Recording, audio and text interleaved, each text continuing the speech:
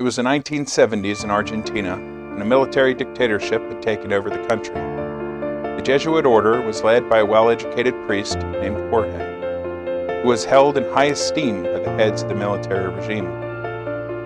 During the early days of the dictatorship, numerous terrorist attacks were carried out against the new government from people living in shanty towns. It was in those very shanty towns the two left-wing Jesuit priests, named Fathers Uriel and Helix, ministered the mission they had started. Being left-wing priests, the military regime wanted them gone.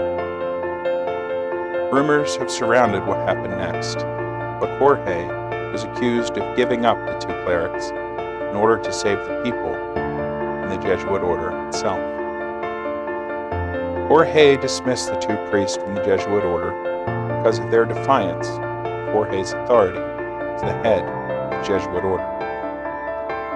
Without the protection of the Jesuits, Uriel and Helix were arrested and tortured by the military dictatorship. And while the two priests were imprisoned, Jorge continued to work behind the scenes to save the very lives of those priests, one of whom was his former mentor. While this bit of the story makes it easy to believe that Jorge was very much in the wrong, these are just the facts presented from one person's perspective. What actually happened to these two priests may never be known. What little records that were kept during this time have long since been destroyed or disappeared. What is known is that after the fall of the dictatorship, another coup happened, this time in the Jesuit order itself. Jorge was deposed and sent to Cordoba. He was given a single assignment, that of confessor. Jorge would spend this next portion of his life hearing the confessions of his brother Jesuits, and being the vessel of God's mercy. It was during this time that something began to change in Jorge.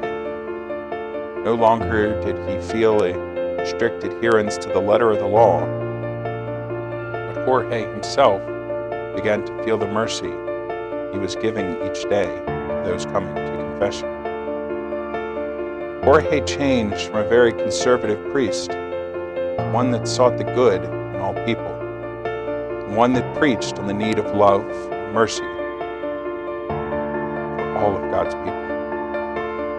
From that assignment on, Jorge avoided any authoritative role, fearing that he would slip back into his old ways. Instead, Jorge wished to live a simple life, a life of peace. Our readings today center around that very mercy that Jorge began to preach. In the opening verse of our psalm today, we hear the words, "Have mercy on me, O God, in your goodness. In the greatness of your compassion, wipe out my offense. Thoroughly wash me from my guilt, and of my sin cleanse me." This mercy, which the psalmist David is speaking, is the same mercy that Jorge found as a confessor, and the same mercy that we encounter as we enter the confessional. The season of Lent is a time of purification of our souls. It is through the opportunities of confession we can be made anew. No matter what you have done, or how many times you have done it, God is always there to welcome us back. He is there to embrace us, just as the Father embraced the prodigal son. This Lent, I encourage you to come back to the sacrament of reconciliation. No matter how long you've been away from the sacrament, it is never too late. The door to the confessional is the hardest door to enter, and the easiest to exit. That feeling of forgiveness, the pure mercy of God, may just be the change that you need in your life. As Oscar Wilde famously said, "Every saint has a past, every sinner has a future." After spending time as a confessor, Jorge's ministry changed completely. Today, Jorge's ministry continues to be centered on that mercy, spreading the good news, embracing those least likely to be embraced, welcoming the sinner into the church.